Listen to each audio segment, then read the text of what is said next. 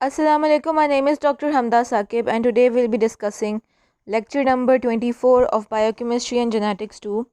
Today's lecture is the last lecture of Biochemistry and Genetics 2, and I'm thankful to all those students who have punctually attended my lectures and were very well obedient in following the sessional assessments that I have given you. Inshallah, after this lecture, I'll be arranging another quiz soon so that if any one of you has missed the previous quiz, they can attempt in the next one. That would be informed, hopefully, inshallah, soon on Moodle. But till then, do keep revising your lectures and keep yourself up to date because after this, you will have your finals as well. So, today's lecture will be discussing DNA repair. This is a review of the previous lecture which discussed transcription and its details. Today's lecture outcomes includes these aspects. So, introduction to DNA repair, we'll discuss what is DNA damage. DNA damage may occur during replication process, that is during the processes of mitosis or meiosis. May be caused by environmental agents as well, such as radiations and chemicals. So, when a cell or a tissue undergoes some kind of radiation or comes in contact with a chemical, DNA damage can occur.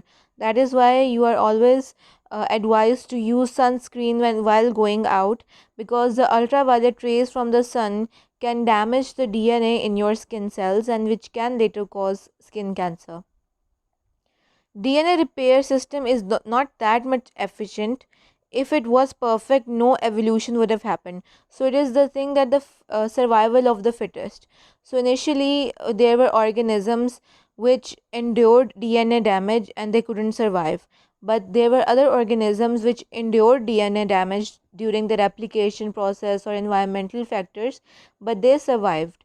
So DNA damage isn't efficient in aspects of the fact that it if it affects a certain organism, it doesn't affect the other one. So it varies from organism to organism, and that is why evolution takes place. The fittest organisms survive and the weak ones they die. DNA repair. Errors in DNA replication or damage to DNA create mutations. Mutations is something that is mutation by definition means something that is new, something that is different from the normal one. So mutations can occur in the DNA structure, which are new types of errors that can occur because of DNA replication or environmental agents. And if DNA damage occurs, DNA damage can lead to mutations and cause cancers. Cells may die by apoptosis or may repair error. So if a cell it undergoes any kind of DNA damage, that cell can undergo a programmed cell that known as apoptosis. Apoptosis is something that we will discuss in uh, pathology and microbiology 1 when you'll go into that semester, but I'll still tell you what apoptosis is. Apoptosis is known as a programmed cell death, in which the uh, deaths of the cell occur under a programmed and scrutinized surveillance by the cells in your body, and in doing so such dying cells don't cause a inflammation in your body. But if a dying cell has inflammation with it going on, such a cell death is known as necrosis. So you differentiate necrosis from apoptosis, that in case of necrosis there's inflammation of the in the surrounding of the dying cell, while in apoptosis it is a programmed cell death. And if your cells they undergo any kind of DNA damage due to ultraviolet rays or chemicals or during replication, such cells when they endure DNA damage, they undergo a process of apoptosis. So either they can apoptose and die, or they may repair the error and continue to live. And they can also result in cancer. Cancer is a type of a phenomena in which a new type of cell begins to grow in the body in the form of a tumor. So when a DNA endures a certain kind of damage, it the damage causes mutations in the DNA.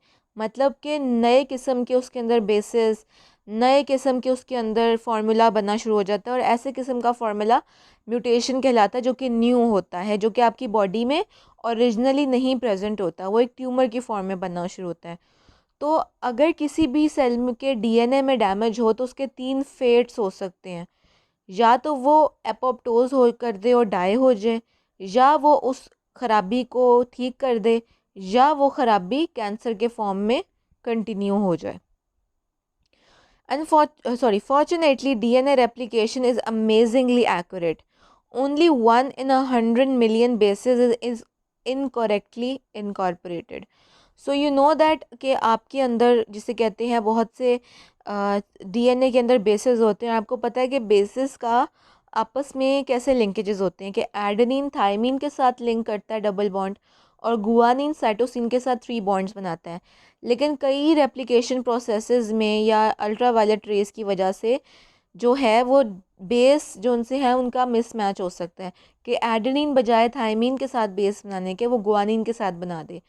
तो DNA repair ऐसे जो basis जो कि mismatch हो जाते हैं आपस में, उनको रिपेयर करने में बहुत हेल्प करता है, और इतना एक्यूरेट रिपेयर होता है कि सिर्फ 100 मिलियन बेसिस में से जो डीएनए की एक शायद ऐसी बेस होगी जो कि प्रॉपरली इनकॉर्पोरेट नहीं होगी, बाकी सब प्रॉपरली इनकॉर्पोरेट होती हैं because of the system of the DNA repair mechanism. Most errors are and damage are repaired. Most mutations occur in somatic cells and do not affect the phenotype. तो mostly जो होती हैं हमारे पास mutations, जो DNA की mutation होती है due to DNA damage, they occur in the somatic cells not in the sex cells, and they do not affect the overall appearance of the human body. Obviously overall appearance तब होगी ना जब sex chromosomes का मसला आएगा। For example x chromosome में मसला आ गया और उसने जब फर्टिलाइज हुआ विद वाई क्रोमोसोम, तो एज अ होल पूरी बॉडी में फ़र्क आया ऑफस्प्रिंग के, वो उनमें नहीं होगा, वो सोमैटिक सेल्स के अंदर होता है mostly. DNA polymerase and DNA damage response genes take role in the main process of the DNA repair, DNA polymerase and the DNA damage response genes. More than 50 DNA damage response genes have been identified in the body. These genes help in recognizing those portions of DNA that are damaged. All eukaryotes can repair their nuclear DNA. Mitochondrial DNA, आपको पता है कि mitochondria का अपना DNA होता है। So mitochondrial DNA can not repair itself, very important question. So it has a higher mutation rate. Mechanisms that can alter the DNA structure include the base substitutions during replication. आपको पता है कि basis होती हैं during replication के process में। हमने जब डीएनए की रेप्लिकेशन पढ़ी थी तो आपको पता है कि जब आपका पेरेंटल डीएनए थ्रू हेलिकेज आपका रेप्लिकेशन फोक बनता है तो एक लीडिंग स्ट्रैंड पे आपका नया डॉटर स्ट्रैंड बनना शुरू हो जाता है और एक लैगिंग स्ट्रैंड पे नया डॉटर स्ट्रैंड बनना शुरू हो जाता है। तो डॉटर स्ट्रैंड कैसे बनता है कि आपके जो डीएनए होता है, डीएनए पॉलीमरेज होता है, वो कॉम्प्लीमेंट्री बेसिस ऐड करना शुरू कर देता है towards the parental DNA. For example अगर पेरेंटल डीएनए पे एडेनिन है तो डॉटर डीएनए के ऊपर थायमीन लगेगा। फिर अगर पेरेंटल डीएनए पे गुआनिन नेक्स्ट आया है तो डॉटर डीएनए जो बन रहा है उस पर साइटोसिन आएगा, कॉम्प्लीमेंट्री डॉटर डीएनए बनता है आपका। तो ये बेस सब्स्टिट्यूशन के प्रोसेसेस होते हैं ड्यूरिंग रेप्लिकेशन। लेकिन डीएनए का अगर डैमेज हो गया किसी भी सेल में ड्यूरिंग रेप्लिकेशन, तो रेप्लिकेशन के दौरान हो सकता है कि एडेनिन के साथ थायमीन कॉम्प्लीमेंट्री लगने के बजाय डॉटर में गुआनिन लग जाए या साइटोसिन लग जाए। तो ये एक डीएनए डैमेज हुआ है, और ये एक किस्म है डीएनए स्ट्रक्चर की ऑल्ट्रेशन की जो कि रेप्लिकेशन के दौरान हो रही है कि एडेनिन के साथ बजाय थायमीन लगने के डॉटर सेल के गुआनिन या साइटोसिन लग जाए। दूसरा जो मैकेनिज़्म जो कि ऑल्टर कर सकता है डीएनए के स्ट्रक्चर को, that is base change due to chemical instability of the bases, कि पहले से मौजूद जो डीएनए है उसके बेसिस चेंज हो जाए, कि जहाँ पे एडेनिन था वहाँ पे थायमीन आ जाए या गुआनिन आ जाए।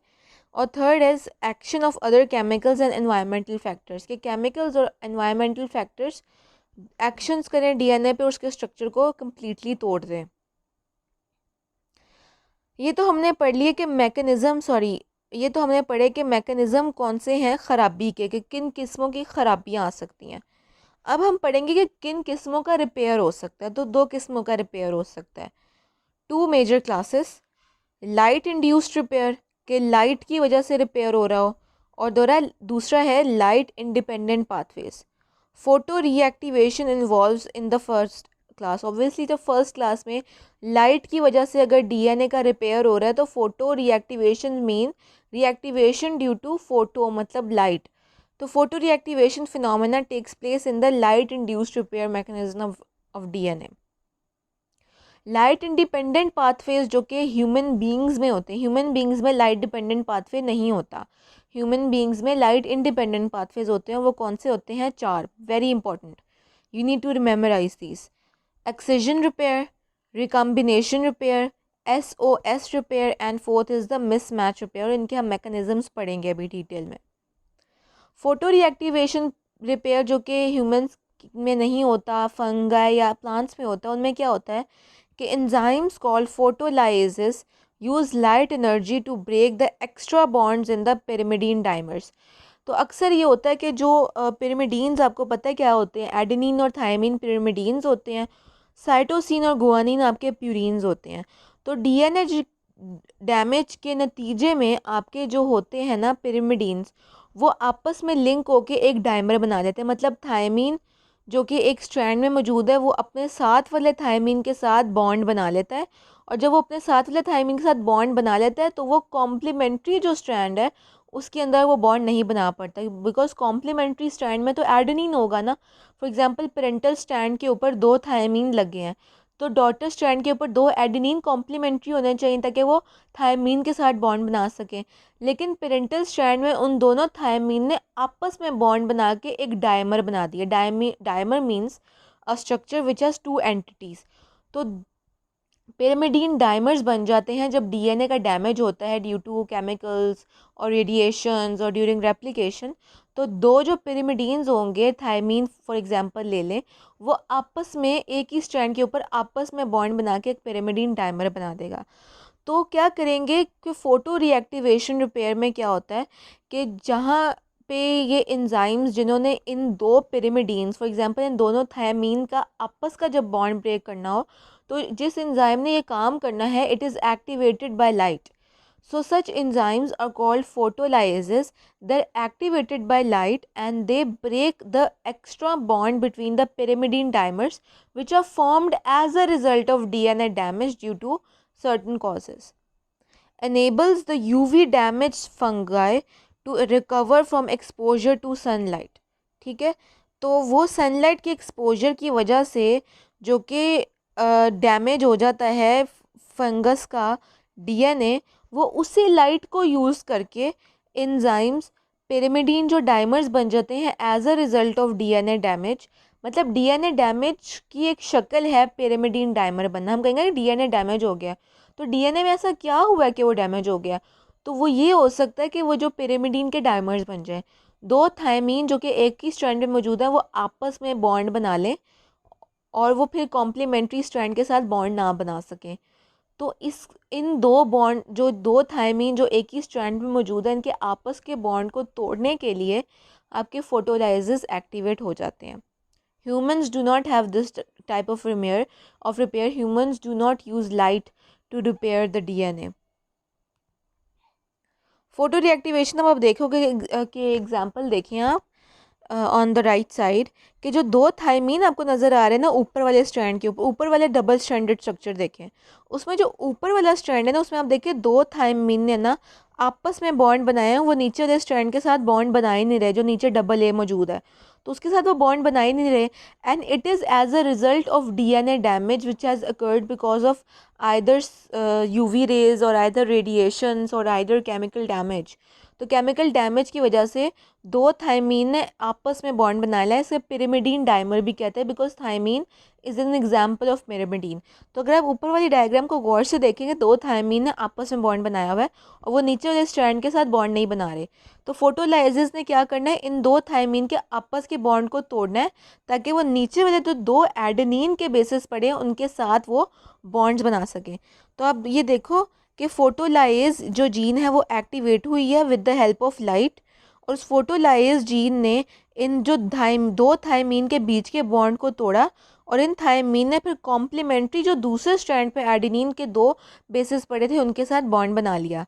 सो this enzymatic cleavage of thymine dimers in case of photoreactivation, it is the enzyme which causes the cleavage of the thymine dimers is activated by visible light. First enzyme binds to the thymine bond specifically. When light is absorbed, thymine bond will be cleaved and photolysed releases when repair occurs. और जो photolysis इन दोनों के repair कर देता है, मतलब इन 2 thymine के जो आपस के बॉन्ड उनको तोड़ देगा. उसके बाद ये दो थायमीन के बेसिस हैं, ये कॉम्प्लीमेंट्री जो स्ट्रैंड है उसके एडेनिन के साथ बॉन्ड बना लेगा. अगर आप राइट वाली डायग्राम को ज़रा गौर से देखें तो आपको ये फ़ौरन बात समझ आ जाएगी कि ऊपर जो डबल स्टैंडर्ड स्ट्रक्चर है उसमें तो 2 थायमीन डाइमर्स हैं. 2 थायमीन जो बेसिस हैं उन्होंने आपस में डाइमर बना दिया, आपस में बॉन्ड्स बना के. फोटोलाइज एंजाइम ने इन 2 थायमीन के आपस के बॉन्ड को तोड़ दिया ताकि वो कॉम्प्लीमेंट्री स्ट्रैंड के एडेनिन के साथ बॉन्ड्स बना ले. Now we'll come to the excision repair. Excision repair comes under the light independent pathway of the DNA repair. तो पहली जो टाइप है एक्सीजन रिपेयर वो पहली क्लास है लाइट इंडिपेंडेंट पाथवे की जो ह्यूमंस में होती है. तो पिरिमिडीन के जो डाइमर्स बन जाते हैं as a result of DNA damage due to either ultraviolet rays और केमिकल डैमेज और सो ऑन. तो पिरिमिडीन डाइमर्स बन जाते हैं, मतलब कि थायमीन आपस में बॉन्ड्स बना लेंगे या एडेनिन आपस में बॉन्ड्स बना लेते हैं एक ही स्ट्रैंड के ऊपर. तो pyrimidine dimers and surrounding bases are removed and replaced in case of excision repair. तो एक्सीजन रिपेयर में क्या होता है कि जो पिरिमिडीन के डाइमर्स होते हैं और उनके सराउंडिंग बेसिस को कम्प्लीटली एक्साइज कर दिया जाता है और उस जगह को रिप्लेस कर दिया जाता है. फोटो रिएक्टिवेशन के प्रोसेस में क्या हो रहा था कि जो थायमीन के डाइमर था उसको रिमूव नहीं कर रहे थे. उन दोनों थायमीन के बस आपस के बॉन्ड को तोड़ दिया था ताकि वो कॉम्प्लीमेंट्री स्ट्रैंड के साथ जाके बॉन्ड्स बना ले. लेकिन एक्सीजन रिपेयर में क्या हो रहा था कि जो डाइमर बना हुआ था उसको उसके साथ वाले बेसिस को कम्प्लीटली रिमूव कर दिया जाता है और वहाँ पे नया स्ट्रैंड बना दिया जाता है. Enzymes cut the bond between the DNA sugar and base and excise the pyrimidine dimer. तो आपका जो एंजाइम है जिसने एक्सीजन रिपेयर करनी है उसने क्या करना है कि जो आपको पता है डीएनए न्यूक्लियोटाइड 3 स्ट्रक्चर से बना होता है, शुगर, फॉस्फेट एंड बेस. तो जो एक्सीजन रिपेयर का एंजाइम है उसने फॉस्फेट और शुगर से जो बेसिस हैं जिन्होंने ये डाइमर्स बनाए होते हैं, फॉर एग्जांपल थायमीन डाइमर्स, तो उसने थायमीन को रिप्लेस कर अलहदा कर देना है, एक्साइज कर देना है पिरिमिडीन के डाइमर को, जो कि थायमीन डाइमर भी बना हो सकता है. Humans have 2 types of excision repair, nucleotide excision repair and base excision repair. इन दोनों में बस एक ही फ़र्क है कि जो न्यूक्लियोटाइड एक्सीजन रिपेयर का जो एंजाइम होता है वो अप टू 30 बेसिस को रिप्लेस कर देता है, वो 30 बेसिस को रिप्लेस कर सकता है. जबकि जो बेस एक्सीजन रिपेयर का जो एंजाइम होता है वो सिर्फ 1 से 5 बेसिस को रिपेयर कर सकता है, उससे ज़्यादा को नहीं रिपेयर कर सकता. तो इनका जो फ़र्क है वो सिर्फ इतना है कि जो न्यूक्लियोटाइड एक्सीजन रिपेयर का एंजाइम है वो अप टू 30 बेसिस को एक्साइज कर सकता है और रिप्लेस कर सकता है, जबकि बेस एक्सीजन रिपेयर का जो कि हमारे पास होता है एंजाइम वो सिर्फ 5 बेसिस जिन्होंने डाइमर्स बनाए होते हैं उनको रिप्लेस कर सकता है. Excision repair is a multi-step enzymatic process. It includes 2 mechanisms: the incision step and the breakage of N-glycosidic bond of the thymine dimer. Excision repair में आप बेटा देखो कि ऊपर वाली डायग्राम में आप देखो कि जो ऊपर वाली डायग्राम सबसे ऊपर जो डबल स्ट्रैंडेड स्ट्रक्चर है उसका दूसरे वाला जो स्ट्रैंड है उसके ऊपर एक थायमीन डाइमर बना हुआ है, मतलब कि जो 2 थायमीन एक ही स्ट्रैंड में मौजूद है उन्होंने आपस में बॉन्ड बना लिया है. And it can be due to either UV radiation की वजह से बना हो सकता है या केमिकल डैमेज की वजह से. फिर एक्सीजन रिपेयर होती है. एक्सीजन रिपेयर का एंजाइम आता है द सेकेंड स्टेप में. रिपेयर एंजाइम आए और उसने आइडेंटिफाई किया कि डैमेज कहाँ पे, उसने आइडेंटिफाई किया कि कहाँ पे थायमीन का डाइमर मौजूद है और उस एंजाइम ने उस टोटल एरिया को एक्साइज कर दिया जहाँ पे वो थायमीन डाइमर मौजूद था. Enzyme removes the incorrect sequence and the dimer.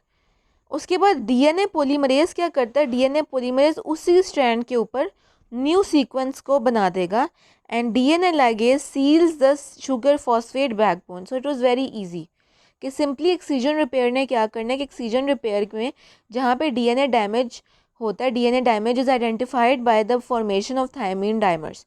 तो जहाँ पे थायमीन डाइमर होगा वहाँ पे एक्सीजन रिपेयर का एंजाइम आएगा, वो आइडेंटिफाई करेगा कि यहाँ पे थायमीन के डाइमर बने हैं, उस टोटल एरिया को रिमूव कर देगा जहाँ पे थायमीन के डाइमर बने हैं, उसको एक्साइज कर देगा।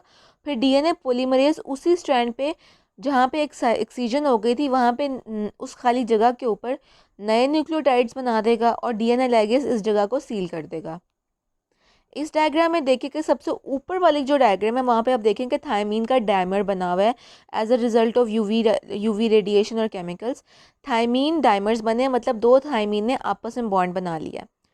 फिर इस डैमेज की रिकग्निशन होगी with the help of the excision repair enzyme, और वो क्या करेगा, वो इस डायमर को रिमूव कर देगा और उसके साथ साथ बाकी बेसिस को भी रिमूव कर देगा। आपको पता है कि दो किस्म के एग्जांपल्स थी, एक एक्सीजन रिपेयर था और एक बेस रिपेयर था। ये देखें, न्यूक्लियोटाइड एक्सीजन रिपेयर के एंजाइम्स अप टू 30 बेसिस तक एक ही स्ट्रैंड में रिमूव कर सकते हैं, जबकि बेस एक्सीजन सिर्फ 5 कर सकते हैं। तो इस एग्जाम्पल में उन्होंने आपको एग्जाम्पल दी है न्यूक्लियोटाइड एक्सीजन रिपेयर की। तो न्यूक्लियोटाइड एक्सीजन रिपेयर में बेटा क्या हो रहा है कि उसने उस थायमीन डाइमर के साथ साथ उसके साथ मौजूद जो 30 बेसिस थे उनको भी रिमूव कर दिया। तो उसके बाद क्या हुआ कि एक्सीजन हुई और उसके बाद आपका जो ऊपर वाला पोर्शन था जहाँ पे थायमीन का डाइमर था और उसके साथ वाले बेसिस को कम्प्लीटली रिमूव कर दिया गया, और जो खाली जगह बच गई थी, जो स्ट्रैंड में जो खाली जगह बच गई थी जहाँ से एक्सीजन हो गई थी, वहाँ से डीएनए पॉलीमरेज ने न्यू सीक्वेंस बना दी। Just like in DNA replication, DNA polymerase आया और उसने न्यू डीएनए स्ट्रैंड फॉर्मेशन शुरू कर दी। तो इस डायग्राम को गौर से देखिए कि ऊपर वाली डायग्राम में थायमीन डाइमर मौजूद था, उसके बाद इस एक्सीजन रिपेयर का एंजाइम आया, उसने आइडेंटिफाई किया इस थायमीन के डाइमर को और साथ वाली बेसिस को भी, उसे इंसाइज किया और फिर एक्साइज कर दिया इस पूरे के पूरे पोर्शन को। उसके बाद एक्सीजन हो गई तो स्ट्रैंड के ऊपर खाली जगह रह गई, उस खाली जगह को पुर करने के लिए डीएनए पॉलीमरेज ने न्यू न्यूक्लियोटाइड्स को ऐड कर दिया। So it is a diagrammatic representation of excision repair. Now we come towards the mismatch repair. Enzyme detects nucleotides that do not base pair in newly replicated DNA proofreading. The incorrect base is excised and replaced. तो आपको पता है कि एक तो thymine के dimers बन जाते हैं, तो थायमीन के डाइमर्स को रिप्लेस करने के लिए, उनकी साथ वाली बेसिस को रिप्लेस करने के लिए एक्सीजन रिपेयर का मैकेनिज्म यूज़ किया जाता है। फिर कुछ सीक्वेंसेस ऐसे बन जाते हैं जहाँ पे बेसिस कॉम्प्लीमेंट्री नहीं होती।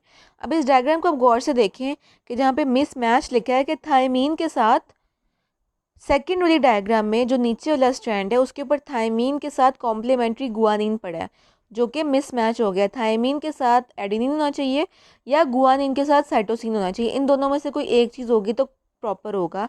गुआनिन थायमीन के साथ बॉन्ड नहीं बना सकता, तो ये कि मिसमैच हो गया। इस मिसमैच को रिपेयर करने के लिए मिसमैच रिपेयर का मैकेनिज्म एग्जिस्ट करता है, जहाँ पे एंजाइम्स ऐसे न्यूक्लियोटाइड्स को आइडेंटिफाई करते हैं जिनके बेस पेयर्स, जिसे कहते हैं, प्रॉपरली नहीं लगे होते।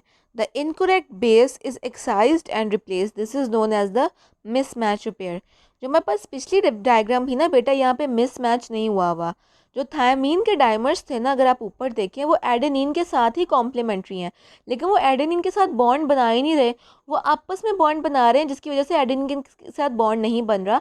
और थायमीन डाइमर्स का बनना he is an example of DNA damage, क्योंकि नॉर्मल डीएनए में थायमीन के डाइमर्स एग्जिस्ट नहीं करते। वो सिर्फ तब बनते हैं जब डीएनए को डैमेज होता है as a result of UV rays और as a result of chemicals. तो एक्सीजन रिपेयर्स में थायमीन के डाइमर्स को रिमूव करना होता है और साथ उसके मौजूद सराउंडिंग बेसिस को रिमूव करना होता है। इसमें मिसमैच का चक्कर नहीं होता, बिकॉज अगर आप देखो कि वो थर्ड डायग्राम 1 2 थर्ड डायग्राम में जो बेसिस एक्साइज हो रही हैं, उनका जो कॉम्प्लीमेंट्री बेसिस है वो एग्जैक्टली सेम है, वो प्रॉपरली मैच है। लेकिन in case of mismatch repair तब होता है जब आपकी बेसिस कॉम्प्लीमेंट्री बेसिस का साथ प्रॉपरली मैच नहीं होती, जो कि इस डायग्राम में देख रहे हो कि आप गुआनिन के साथ थायमीन मिसमैच हो गया। तो सिंपल क्या होता है कि उतने जो बेस होती है जो कि मिसमैच होती है उसको एक्साइज कर दिया जाता है और रिप्लेस कर दिया जाता है। Mismatch repair is a highly conserve biological pathway. चूँकि ये अक्सर होता रहता है रेप्लिकेशन के प्रोसेस में मिसमैच रिपेयर, कई दफ़ा थायमिन के साथ गुआनिन लग जाता है, गुआनिन के साथ एडेनिन लग जाता है, जो कि गलत है। थायमिन के साथ एडेनिन ही लग सकता है, गुआनिन के साथ साइटोसिन ही लग सकता है। तो रेप्लिकेशन के प्रोसेस जो कि बहुत फास्टली हो रहा होता है उसके अंदर अक्सर ये मिसमैच का चक्कर हो जाता है। That is why mismatch repair is a highly conserve biological pathway. It is important in maintaining the genome stability. It is mainly to repair the base mismatches and insertion of deletion of bases during replication and recombination. Inactive mismatch repair which will cause spontaneous mutation. तो अगर किसी भी cell के अंदर mismatch repair का mechanism inactive है तो उस सेल के अंदर डीएनए में म्यूटेशन शुरू हो जाएगी और कैंसर बनना शुरू हो जाएगा। Mismatch repair prevents mutagenesis and tumorigenesis which leads to cancer formation. तो मिसमैच रिपेयर का मैकेनिज्म आपके अंदर कैंसर फॉर्मेशन को प्रिवेंट कर रहा होता है।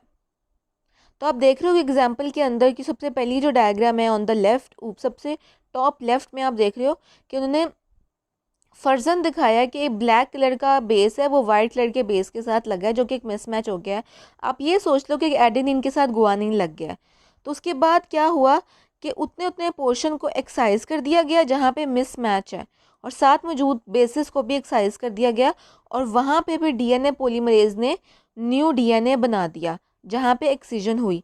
अब आप कंफ्यूज हो रहोगे कि मैम ये तो एग्जैक्टली वैसा ही है जैसे एक्सीजन रिपेयर था। नहीं, एक्सीजन रिपेयर तब होता है आपके पास जब आपके पास थायमीन के डाइमर्स बनते हैं। इसमें मिसमैच का चक्कर नहीं होता। थायमीन ने एडेनिन के साथ ही, थायमीन के डाइमर्स एडेनिन को ही फेस कर रहे हैं, इसमें मिसमैच का चक्कर नहीं है।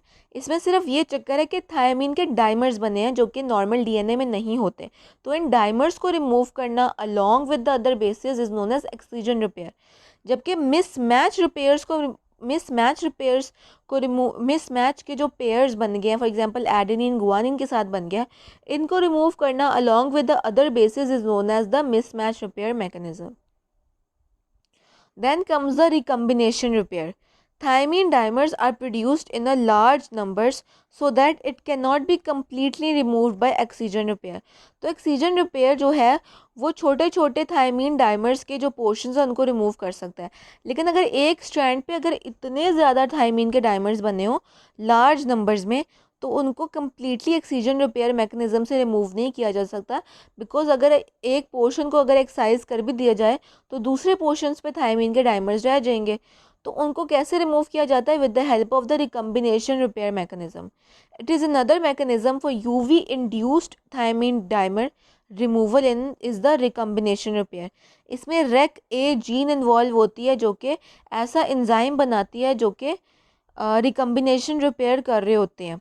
और एक बेसिकली याद रखिए कि कुछ प्रोसेसेस में थायमीन डाइमर्स इतने ज़्यादा बन जाते हैं कि वो खाली एक्सीजन रिपेयर से रिमूव नहीं हो सकते। तो उसमें रिकम्बिनेशन रिपेयर का मैकेनिज्म यूज़ किया जा सकता है।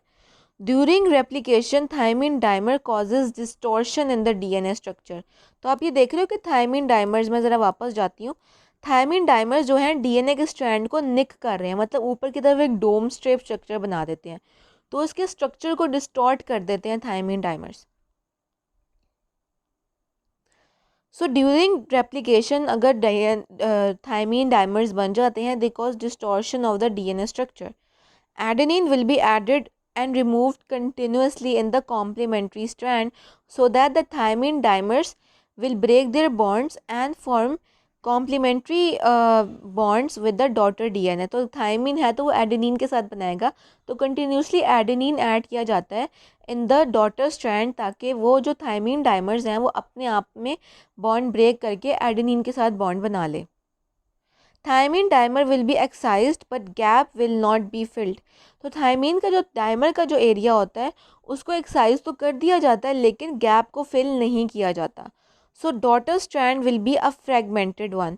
तो फॉर एग्जांपल अगर डॉटर स्ट्रैंड के अंदर थायमीन के डाइमर्स बन गए हैं during the replication process, because obviously replication process में पेरेंटल डीएनए तो ठीक रहेगा बिकॉज वो तो एक टेम्पलेट होता है, बनता तो आपका डॉटर डीएनए है, तो जो भी मसला आएगा वो डॉटर डीएनए में आएगा। तो अगर रेप्लिकेशन प्रोसेस के दौरान डॉटर डीएनए के अंदर थायमीन के डाइमर्स बहुत ज़्यादा बन गए हैं, तो या तो वो एक्सीजन रिपेयर के प्रोसेस के थ्रू उनको अलहदा कर दिया जाए और वहाँ पे डीएनए पॉलीमरेज नया स्ट्रैंड बना दे, ठीक है, उस डॉटर डीएनए के ऊपर, या तो इतने ज़्यादा थायमीन डाइमर्स बन गए कि वो खाली ऑक्सीजन रिपेयर से रिमूव नहीं किए जाते, तो सिर्फ उस पोर्शन को थायमीन डाइमर्स और सराउंडिंग बेसिस पोर्शन को अलहदा कर दिया जाता है।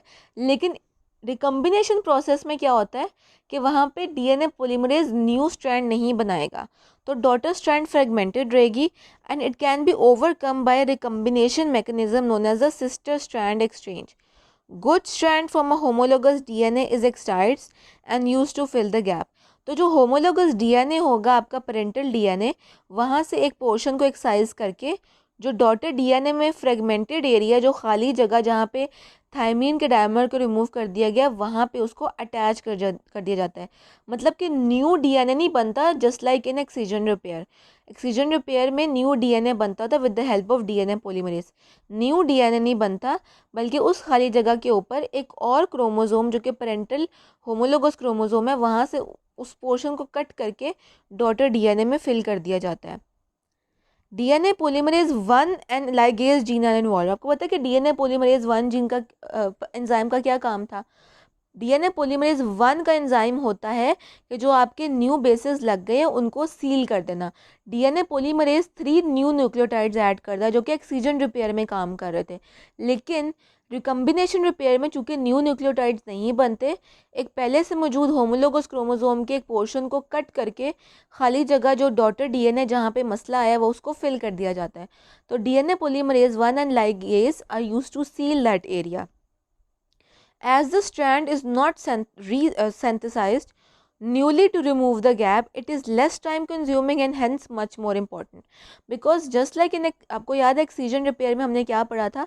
एक्सीजन रिपेयर में आपके उस उतने पोर्शन को, मैं इसको ना कंपेयर करने के लिए पिछली स्लाइड पे वापस ज़रूर जाऊंगी ताकि आप कंफ्यूज ना हो। एक्सीजन रिपेयर में क्या हो रहा था कि जहाँ पे थायमीन के डाइमर्स मौजूद थे ना, और उसके साथ वाली बेसिस को कम्प्लीटली एक्साइज करके डीएनए पॉलीमरेज 3 न्यू न्यूक्लियोटाइड्स बना देता था खुद ब खुद। लेकिन रिकम्बिनेशन प्रोसेस में क्या होता है कि जो एंजाइम होता है वो थायमीन डाइमर्स और सराउंडिंग बेसिस को एक्साइज तो कर देता है, लेकिन न्यू डीएनए नहीं बनता with the help of DNA polymerase 3। किसी और क्रोमोसोम, होमोलोगस क्रोमोसोम से उतने पोर्शन को एक्साइज करके जहाँ पे खाली जगह थी, जहाँ पे थायमीन डाइमर्स को रिमूव कर दिया गया था, उस जगह पे लगा दिया जाता है। तो बिकॉज आपको नए सिरे से डीएनए नहीं बनाना पड़ता with the help of DNA polymerase 3, और एक पहले से मौजूद होमोलोगस क्रोमोसोम से आपको बस एक चीज़ तोड़ के लगानी पड़ती है, तो वो लेस टाइम कंज्यूमिंग होगा। इसकी डायग्राम में भी एग्जाम्पल आएगी, so don't worry. As it occurs after replication, it is known as the post-replication process. Another name is the daughter strand gap repair. इसकी डायग्राम थी यहाँ पे, इसलिए मैं ना वो समरी नोट्स में भी आपको ये बात एक्सप्लेन कर दूंगी कि किस तरह इसके अंदर ये होता है।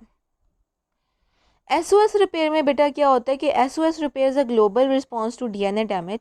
कहते हैं ना SOS, SOS is a medical terminology कि अगर फॉर एग्जांपल जैसे मैंने हॉस्पिटल में काम किया हुआ तो हम कहते हैं कि अगर पेशेंट का बीपी लो हो गया है तो उसको ना उसकी मेडिकेशन में लिखा नहीं होता कंसल्टेंट ने, लेकिन चूंकि मैं ऑन ड्यूटी होती हूँ तो अगर मुझे लगता है कि इसका बीपी कम है तो मैं इसको एसओएस में, मतलब कि फ़ौरन उसी वक्त उसको नॉर्मल सलाइन की एक ड्रिप स्टार्ट करवा दूंगी, बिकॉज वो उसके नॉर्मली उसकी मेडिकेशन में इंक्लूडेड नहीं है। लेकिन अगर बीपी ऊपर नीचे हो जाए तो मैं उसको नॉर्मल सलाइन स्टार्ट करवा सकती हूँ, या अगर उसकी शुगर कम हो गई है तो मैं उसको डेक्सट्रोज वाटर स्टार्ट करवा सकती हूँ।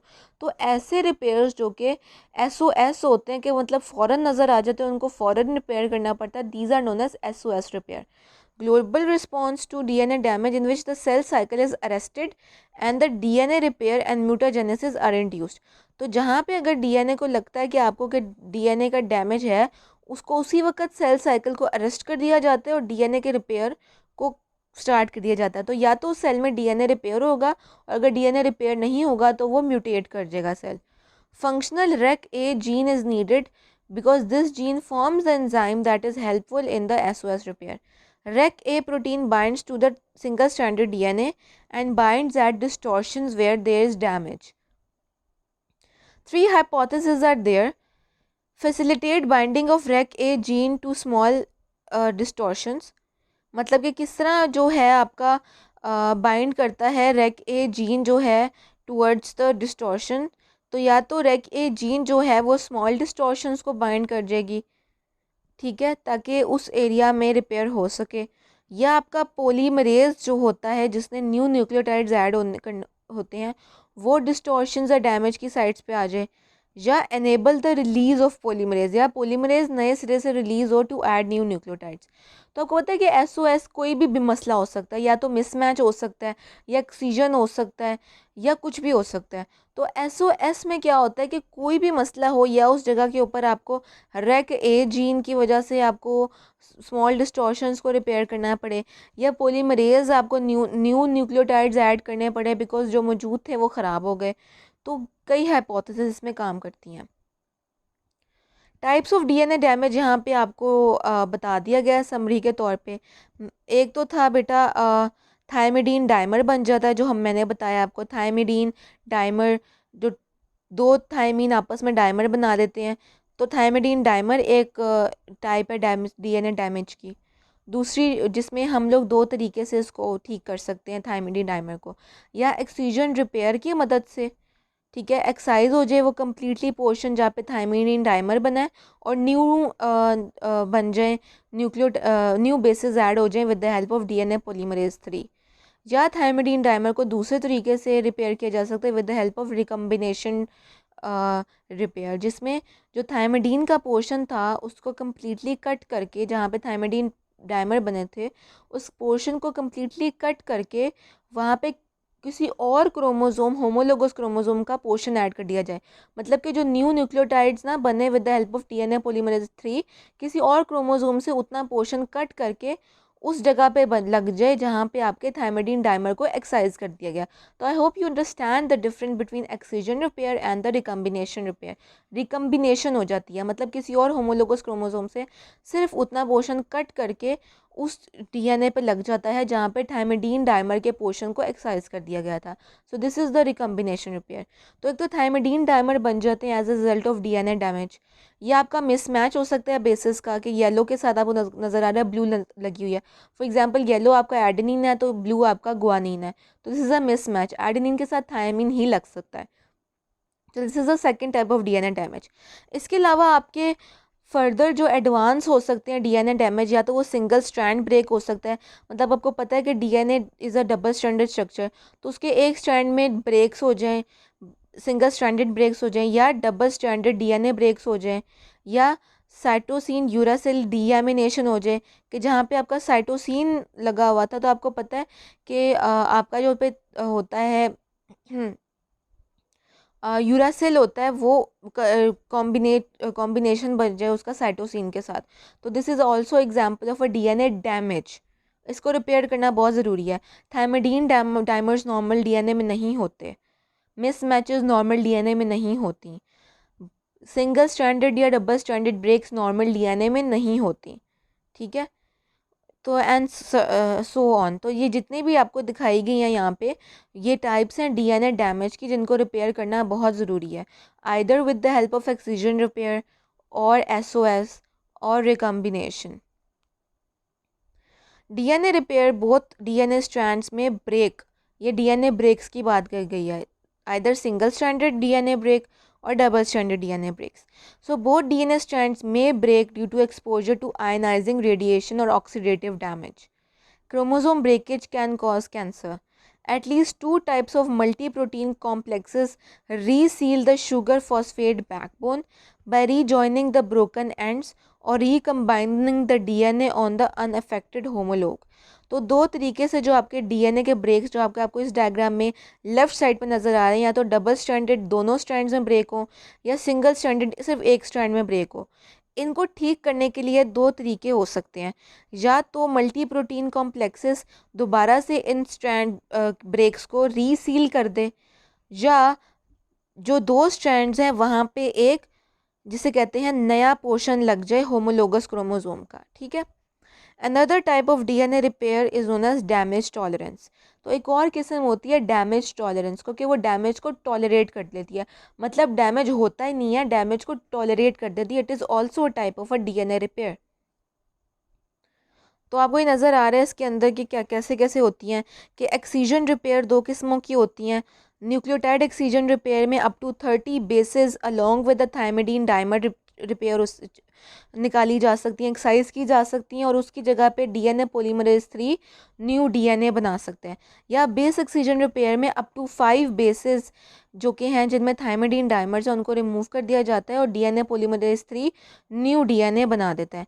या मिसमैच रिपेयर में ये होता है कि मिसमैच में हमको पता है कि बेसिस की मिसमैच होती है कि आइदर एडेनिन गवानीन के साथ लग जाए या गुआनीन थायमीन के दीन के साथ लग जाए और any other such combination.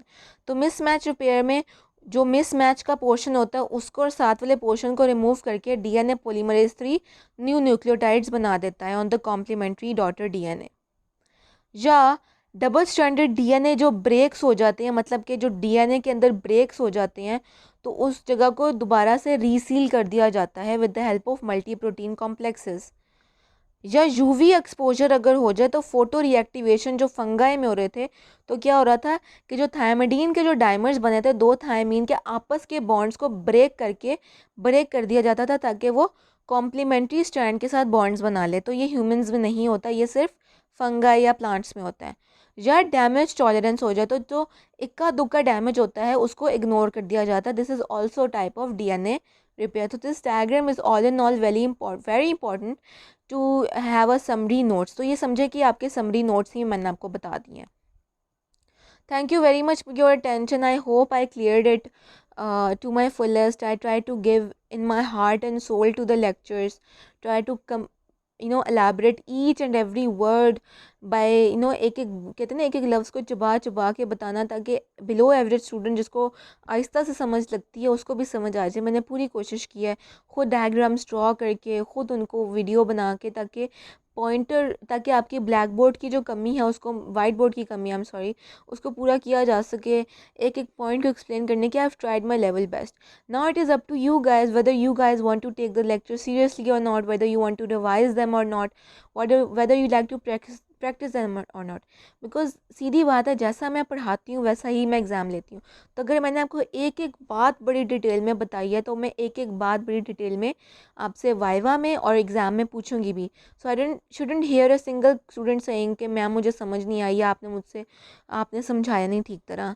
I am always available on emails। A lot of students when they had their misunderstandings या टोल मी कि मैम समझ नहीं आई, तो मैंने उनके साथ 5 मिनट्स का जूम सेशन रख के उनको एक्सप्लेन किया है कि ये वजह है। तो ये it is all about the fact that where there is a will there is a way.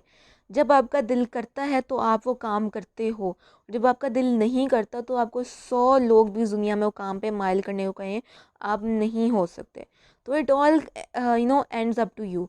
So it's a quotation known as you can bring the horses to the water but you cannot make them drink it। घोड़ों को आप पानी तक लेके आ सकते लेकिन वो पानी पियेंगे अपनी मर्ज़ी से।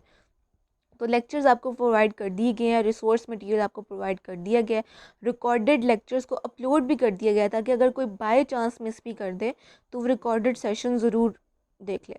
सो I have given my level best. I hope I have truly given in my hard work into it and I expect the same from you guys as well. Best of luck for your future endeavors and inshallah in the finals I'll see how much some of student has prepared it. Thank you very much.